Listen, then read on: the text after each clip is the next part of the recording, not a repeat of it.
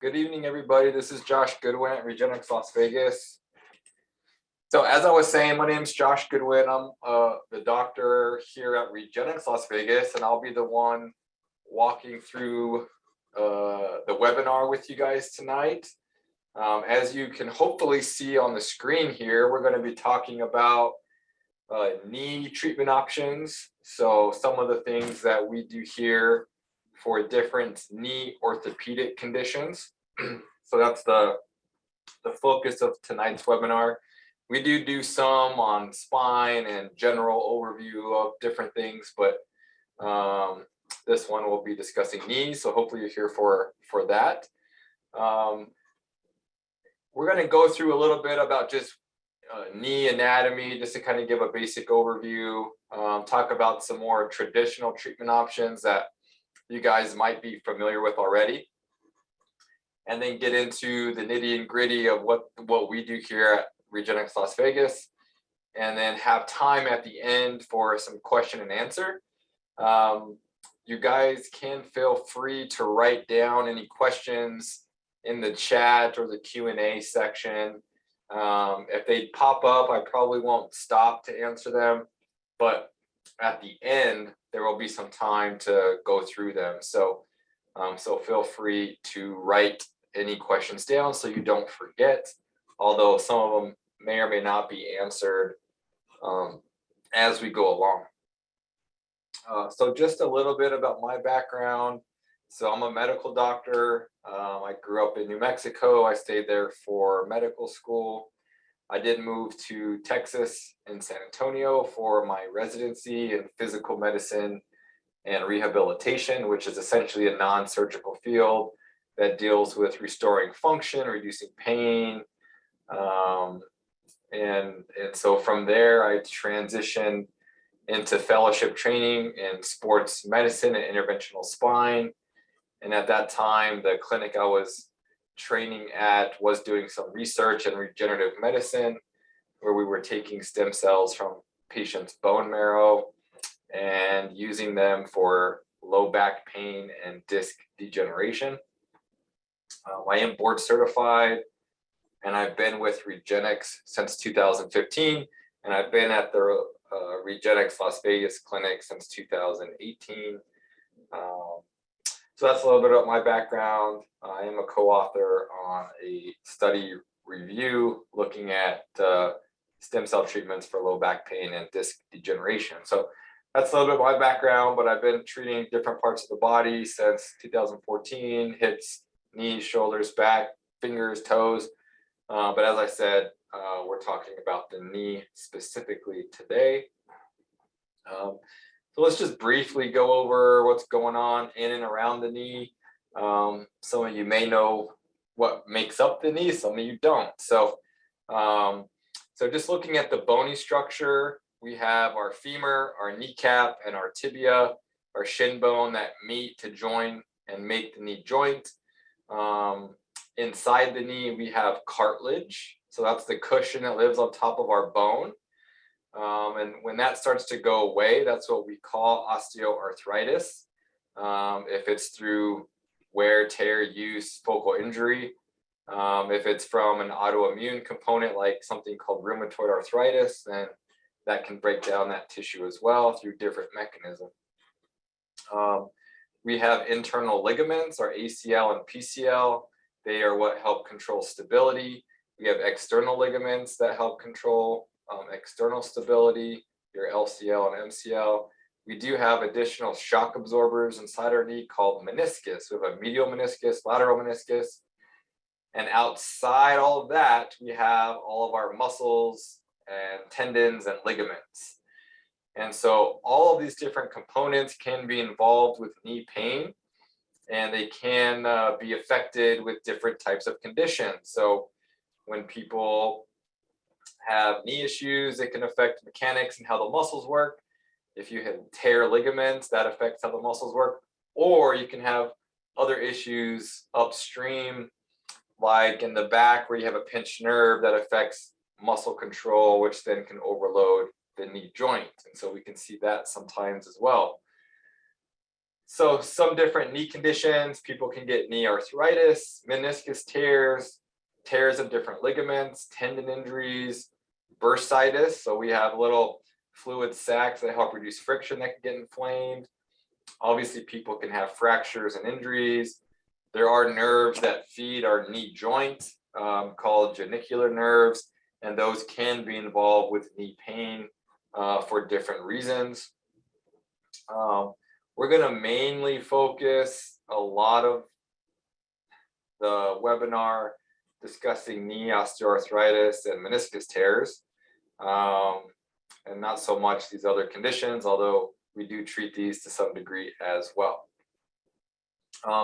So as I mentioned a little bit about knee osteoarthritis and kind of wear and tear of the joint, this is kind of where we're starting to get tissue loss, and this leads to irritation. And as we'll see on the next slide, that there's a chemical response to some of the irritation and injury or loss of our cartilage. Some of this leads to continued tissue breakdown, and you start to use up the reserve of cells that are there to help preserve tissue. Your cartilage, which you actually cannot see on an x-ray, which is what this is showing, where you have bone and a kind of a gap. The cartilage lives in this gap. You just can't directly see it on x-ray. This x-ray is showing significant loss of joint space and bone overgrowth, and essentially what we call bone on bone over in this section. So that would be considered a bone on bone or severe arthritic joint there.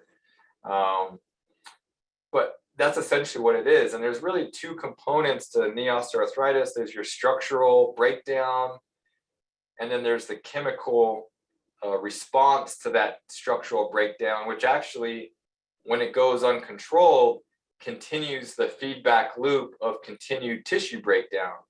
So inside your joints and tissue, there's this balance that we like to maintain between anti-inflammatory proteins and inflammatory proteins. And when this balance gets disrupted towards too much inflammatory proteins, it actually leads to more tissue breakdown. And so what we'll see is some of the things that we do try to help restore this chemical balance so that you can preserve the tissue.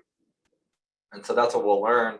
Our goal is to help preserve your joint and keep your tissue, as opposed to cut it out, remove it, or do things that help wear down the tissue faster, which we'll learn about here.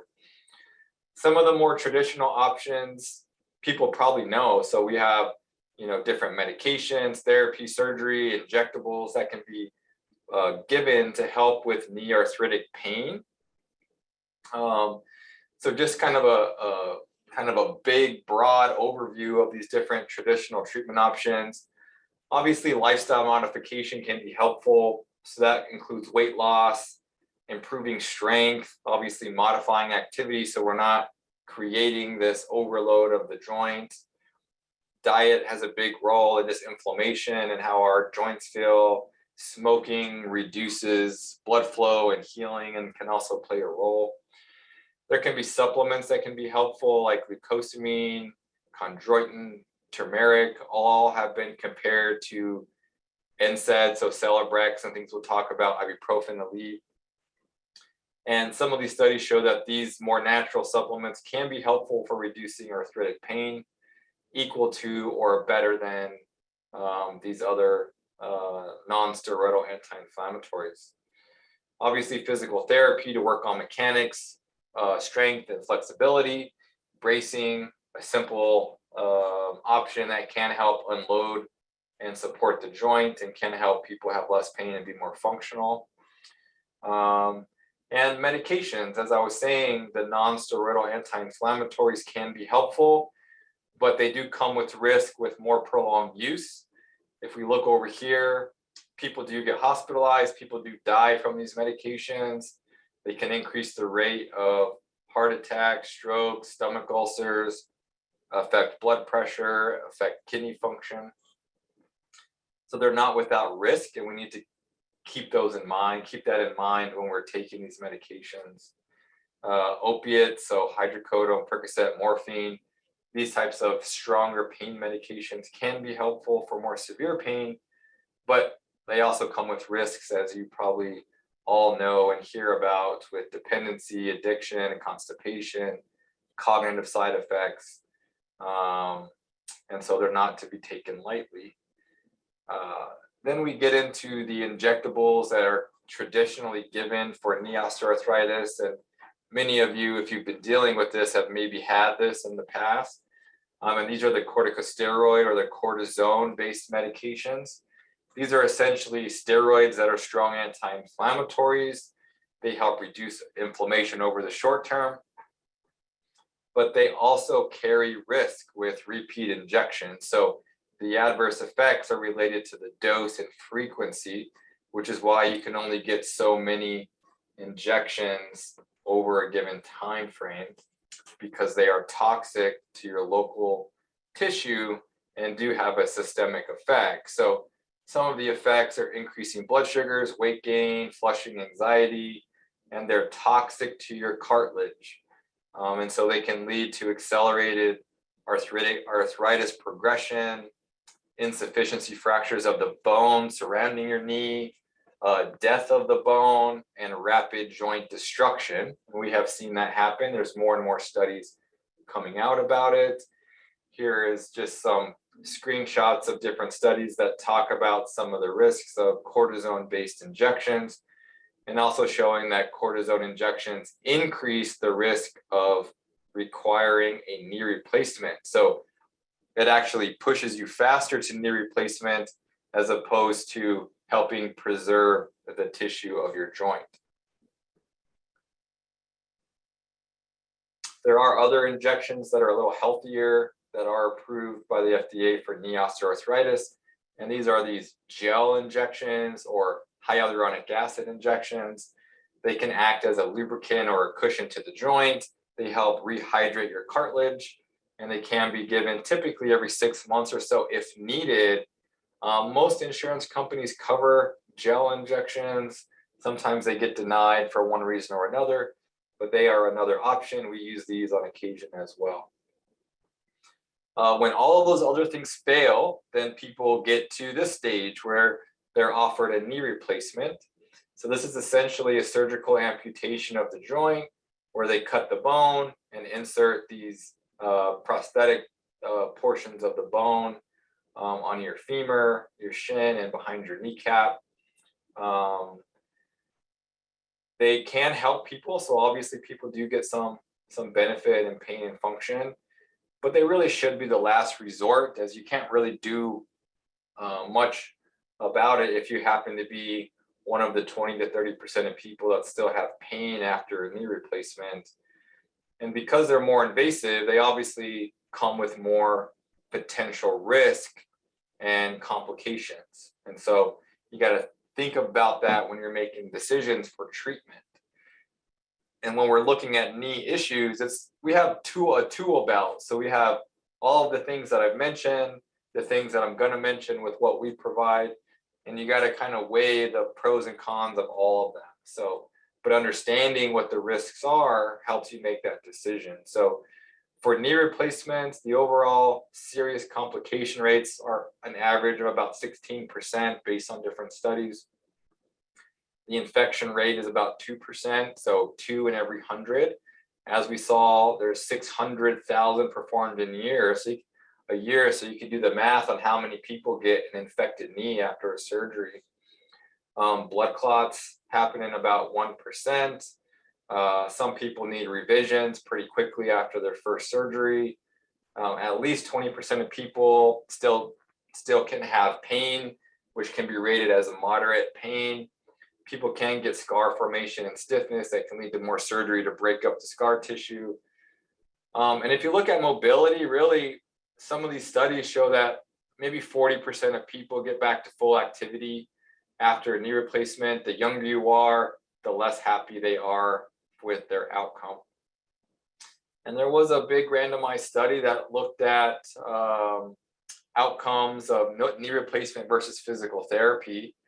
the knee replacement group did do better than the physical therapy group at 12 months, but it took about 5 knee replacement patients to find one that got more than 15% functional improvement. So these weren't overwhelming studies, to say the least, but some people did derive benefit as well. So now if we transition on to meniscus tears, as I mentioned, the meniscus is a shock absorber that sits between your femur and your shin bone. And you have one on the inside of the knee, the medial meniscus, and the lateral meniscus. They're shock absorbers. They're a type of cartilage called fibrocartilage. Now, your meniscus does have some blood supply to the outer edge, and so there are some capacity for healing, but not significant capacity depending on the tear. And remember, not all tears or degeneration of the meniscus cause pain.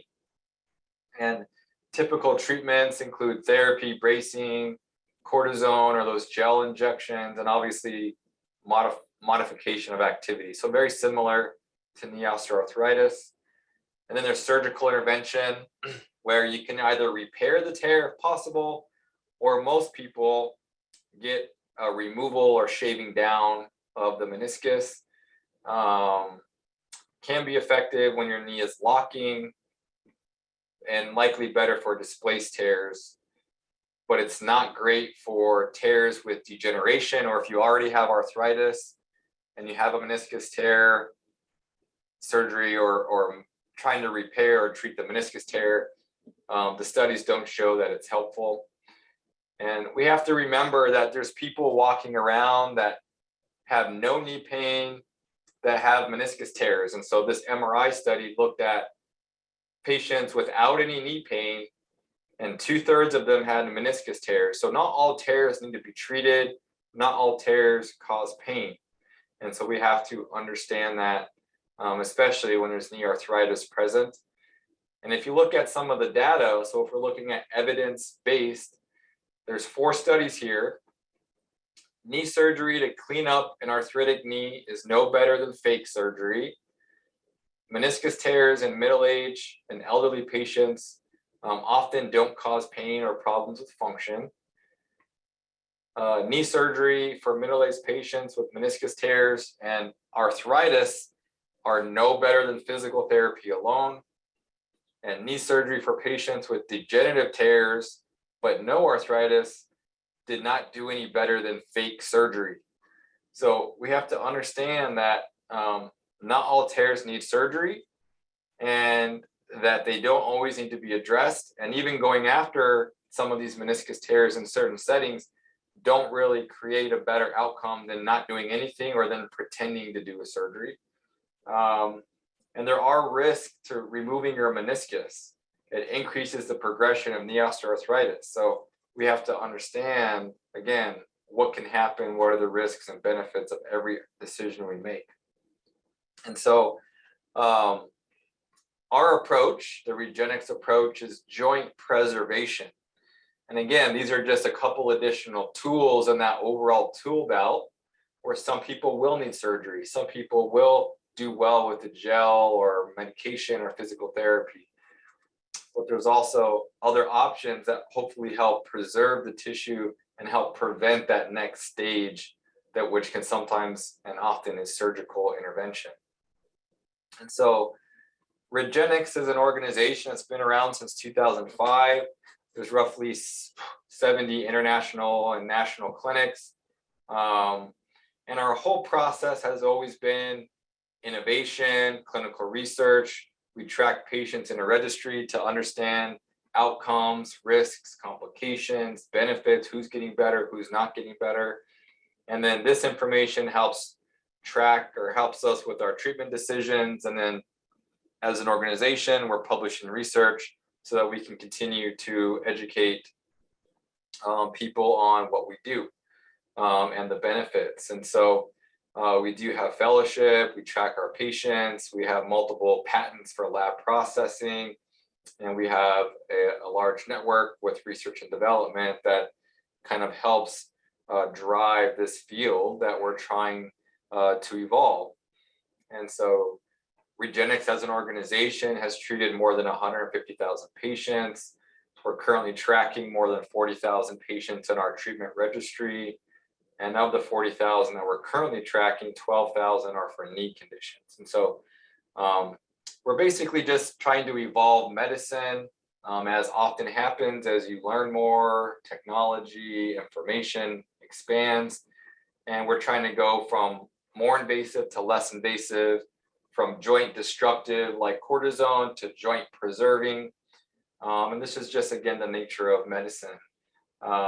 We provide injection-based procedures, and we're using healing factors such as bone marrow, which contains your stem cells, platelets, other factors that can be delivered to help improve degeneration, help change that chemical degenerative environment that can happen with arthritis or injury or overuse, with the goals to help preserve your own tissue and reduce the potential exposure to risks that come along with, say, a knee replacement, as we had seen before. And so we try to look at the joint as a whole. How does it function? How is its stability? What does the bone and cartilage look like? Is there other issues that may are driving problems like a pinched nerve or something? And then is there problems with symmetry that are leading to overload of one side versus the other? So we look at all of these different structures above and below as well. And so some of the things that we do here, again, it's all injection-based treatments. And so these are the main 3 injection-based treatments that we provide at our clinic. PRP, which stands for platelet-rich plasma, which we'll talk more about. A2M, which is alpha-2 macroglobulin, and bone marrow concentrate, which contains your own stem cells that can be used to treat these conditions as well. And so these are all things that we can isolate from your own body. We can get stuff from the blood, we can get stuff from bone marrow. We can isolate and concentrate these cells, which we'll talk about, and we have our own in-house lab that can isolate these things and customize concentrations and growth factors and things that we use for the injection-based treatments. And so when it comes to PRP, what we're trying to isolate are cells called platelets, and these are in your blood, and the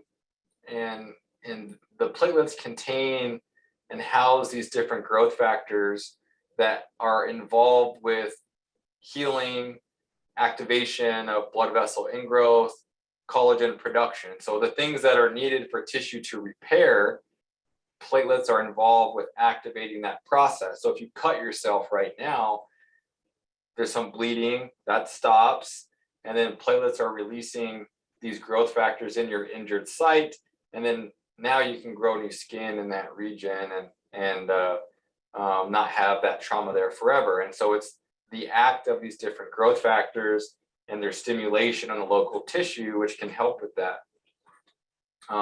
So again, growth factors for cell growth, blood vessel, tissue repair, wound healing, those kind of things. And so we tend to use PRP for mild to moderate knee arthritis, small meniscus tears, tendonitis, bursitis, small tears in the soft tissue. And again, these can help stimulate the tissue and then help improve that chemical environment, like we mentioned, is a big part of the degenerative process. A2M is the alpha-2 macroglobulin, and we can also get this from your blood. It's a big protein. It's an anti-inflammatory protein, which very specifically binds some of the arthritic chemicals that build up in joints that are cartilage breakdown chemicals. And so A2M kind of binds these chemicals that break down cartilage and essentially gets them out of the joint. So again, it's restoring that balance within the joint that helps preserve the tissue. And then we use bone marrow concentrate, which contains mesenchymal stem cells. And so people hear about these mesenchymal stem cells and stem cell therapy for some of these orthopedic and knee conditions. And so you can actually find these cells throughout your body. We take them from the bone marrow because that tends to be high concentration area to extract these cells. When you check these cells in the lab, they have the ability to turn into things like cartilage and other types of tissues as well. So as I mentioned, cartilage on your bone, cartilage, your meniscus is a type of cartilage. And so we can try to use these cells in conditions which we use it more for more moderate to severe arthritic change, larger tears, or things that just weren't responding as much as we would want to PRP. And these also help maintain that balance, improve healing signals, and help maintain tissue throughout our life best they can. And so just a summary of some of the different ones that we provide. Again, everything's injection-based, so it's less invasive. Again, we're trying to preserve tissue as opposed to remove it. We use PRP for these conditions. A2M typically for arthritic joints that get a lot of swelling. And we use bone marrow concentrate stem cells for the more severe conditions. Sometimes the bone gets injured, we will inject it there as well. And again, our goal is joint preservation. So we looked a little bit at some research about knee replacements and meniscus. And so if we look at PRP, so this is where we extract the blood and the platelets, and we look at different studies that have been performed comparing PRP treating knee arthritis versus these other types of treatment options, gel injections, medications, multiple injections, saline, the cortisone injections. Every one of these studies showed that PRP was more effective for knee arthritis, or at least as effective as the other treatments. So there's quite a few studies showing that PRP can be helpful for knee arthritis. For bone marrow stem cells for knee arthritis, all of these studies have been done to look at outcomes with it as well. Regenexx, Dr. Centeno, who started Regenexx, the group out in Colorado, published a randomized control study looking at using bone marrow stem cells and PRP for knee osteoarthritis, 2-year follow-up against physical therapy. And the stem cell and PRP group had better outcomes for moderate to severe arthritis of the knee at 2-year follow-up. So as opposed to some of the surgical studies that showed it was no better than physical therapy or no better than a pretend surgery, this study showed that using these cellular injection treatments was better than physical therapy as a control group. There was a study from a orthopedic surgeon out of France that does a lot of work with bone marrow derived cells. And he had a 15-year follow-up study of patients that had knee arthritis and that got injected into the bones around the knee. And at 15-year follow-up, 80% of patients still were doing well and did not progress to a knee replacement. And only 20% of the patients over a 15-year time frame got a knee replacement within that 15 years. So that's a pretty good long-term success with this specific treatment protocol. There's studies on A2M showing it helped patients with knee arthritis and was better than steroid injection. And so that's just some of the data there. So there is data showing that some of these different cellular-based injections, growth factor, protein-based injection-based treatments can be helpful. Now, if we look more at our specific process and how we kind of determine if the tools that we have, and again, these are just a few tools that can be used for knee conditions amongst all the other ones that we talked about, which we didn't even cover everything that could be done for knee pain. But it all starts with an evaluation, right? We have to understand what's going on in your knee. Do you have mild arthritis, severe arthritis? Do you have bone on bone? Do you have a bone issue? Do you have a meniscus tear? Is it a focal tear? Is it a displaced tear? Do you have tendon muscle issues? Do you have other ligament injuries? And all of these different factors go into determining your candidacy. Are you a high, moderate, or potential low responder? And we determine this by reviewing medical history, looking at your imaging, doing physical exam. And then obviously we discuss options and go through all this. But we want to come and educate you on, based on our data, those 12,000 patients we're tracking currently and the other research out there, what is the potential for you to get better? We can't directly predict how much improvement you will get specifically, but on average, based on all this information, what's the chance to get better? And so that's what we try to do here. As we mentioned, for the PRP procedure, this is most commonly used for people with mild to moderate arthritis, small tears, inflammation, tendon, ligament strains, and sprains. And this is just a one-day procedure. It does include a blood draw, and then we have to process. And so this is where, Regenexx kind of stands out, and we have an in-house processing lab where we can customize what types of PRP we want to use, what dosing, what growth factors we want, what concentration we want those at. And these are all customized because our patients are different. We have young patients that can get knee issues in their teens, 20s, 30s, 40s, and we have people that are in their 50s, 60s, 70s, 80s, 90s that have issues. And you need to customize the dosing based on all these different factors. The bone, the joint, the cartilage, the muscle, the tendon, all can respond differently to different dosing. Age can affect how well people respond to specific dosing. And so being able to have flexibility in that for customizing it can be helpful. And then we always perform injections with image guidance, X-ray or ultrasound. And our approach is, we look at the knee in its entirety, and we tend to not just inject the joint, but if you have ligament looseness, pain along tendon groups, we will inject all of those things at the same time. If we did and offered an A2M injection, this is also a one-day procedure.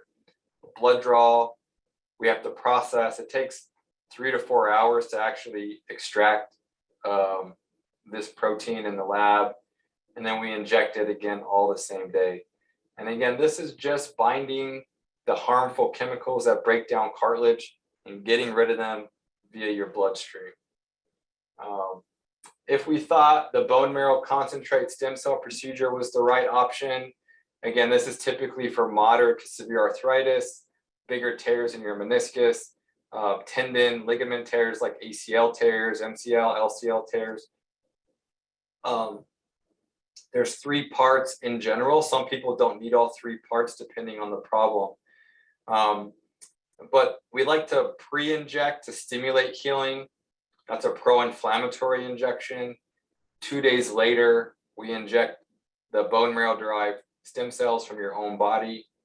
And then after that injection, people can have some aching and a little stiffness for about 48 hours. And then about 4 to 7 days later, we inject PRP. And so we take blood, extract growth factors and the platelets, and we inject that into the joint to help kind of fertilize the cells that were there previous, help reduce any inflammation that was created, and keep the healing process going. So this is kind of our patented 3-step process for treating knee osteoarthritis. And this is just a summary of that. So the first day is a prolotherapy injection, which helps initiate a healing response. Part 2 is the bone marrow aspiration, the processing and injection. So the bone marrow takes 30 to 40 minutes. We can use IV sedation. People do tolerate it well with that and enough numbing medication. The processing takes about 3 hours or so. We do count the cells, called total nucleated cell count, so we know the dose. This matters. There's studies that we have published and others have published that shows that dosing matters. And so if you go to another clinic that doesn't know how to check dosing, then you may be not getting the right dose, if they don't have the right techniques and processing. And then, as I said, everything's injected, guided to all areas of concern. And then usually about 4 days later, we inject PRP as a fertilizer to keep the healing process going. As I mentioned, bone marrow aspiration, it can be discomfort, but most people do very well with little to no discomfort. We can give some IV twilight anesthesia. It's not general anesthesia. So people do pretty well in general. And just some examples of a high level knee procedure. This is an example of just an ultrasound guided knee joint injection. This person had a little fluid in the space, so we can see the needle going into that dark space, which is the knee joint. This is a higher level procedure using x-ray guidance, where this person's kneecap needed to be treated, and then a needle on the cartilage surface underneath the kneecap, injecting a bone marrow stem cell based procedure there. Let's see if I have any others. Some other image guided injections using ultrasound. This is a medial meniscus, little bone spurs. And this is where the ligament is. So we can see the needle coming in, some of the fluid coming down to the ligaments and along the meniscal connection here. This is a patellar tendon. So somebody that gets a little patellar tendon tears. This is the needle injecting underneath it. And then this is the needle injecting into the patellar tendon tear right here, coming in there, so we can see what we're doing and feel confident that we're injecting the cells where they need to be. Sometimes we have to inject the bone if people are getting more wear and tear, or their bone is starting to break down and get those insufficiency fractures that can happen when the tissue gets weak. Again, that study that looked at that 15-year follow-up that I talked about, that orthopedic surgeon did, he was injecting the bone, and that was the people that did well over the 15-year follow-up. So we do this. Now, this procedure does require a little more sedation, because it can be uncomfortable while you're injecting. People do well after, although there's going to be some soreness, but we don't tend to restrict a lot of weight bearing or anything like that.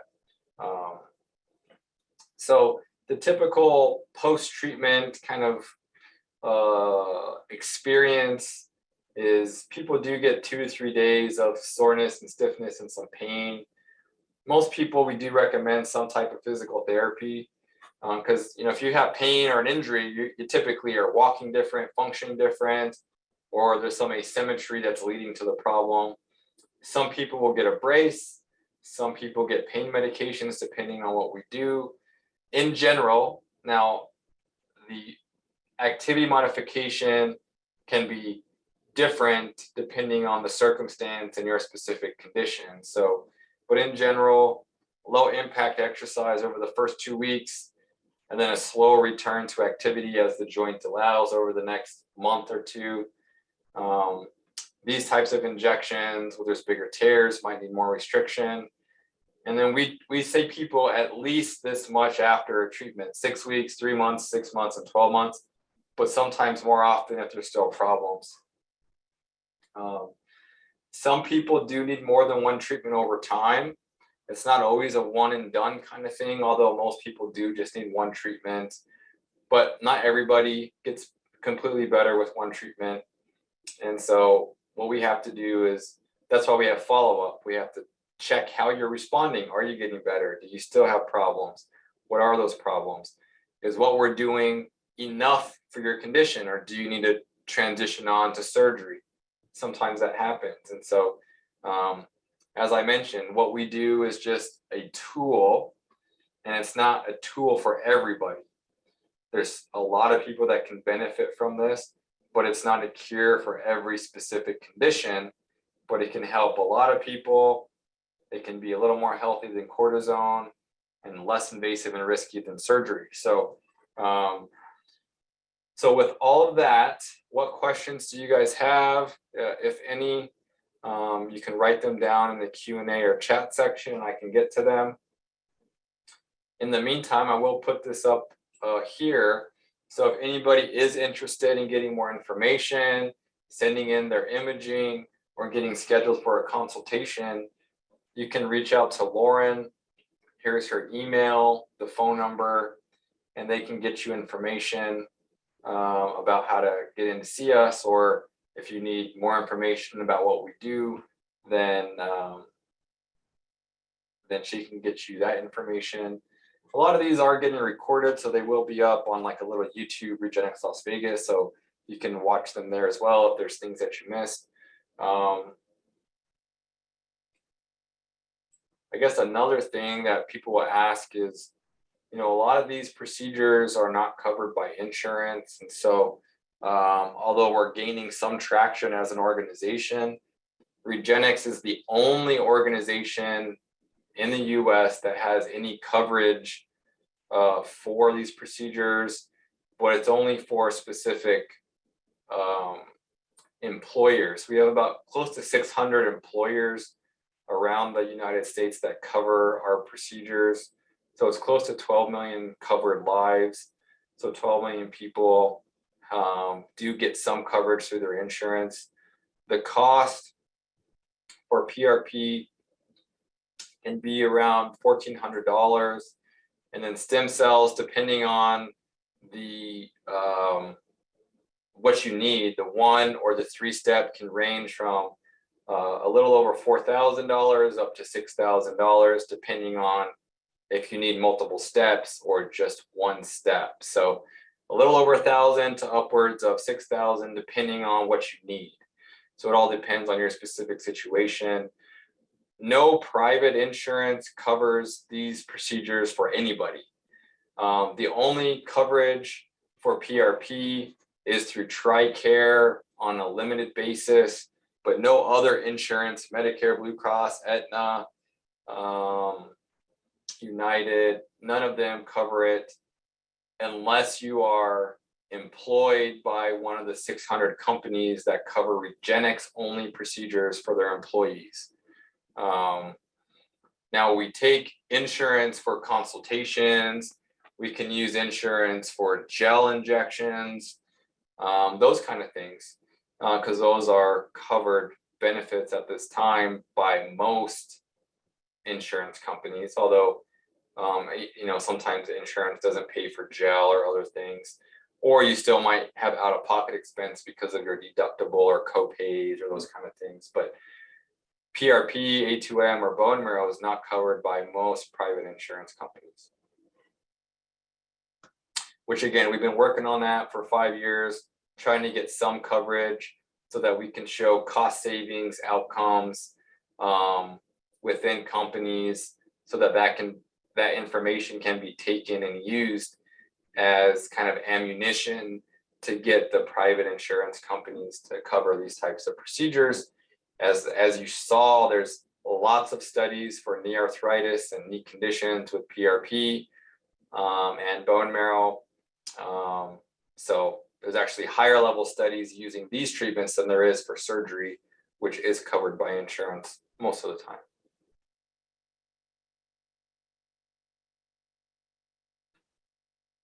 Any other questions specific to treatment or any of that?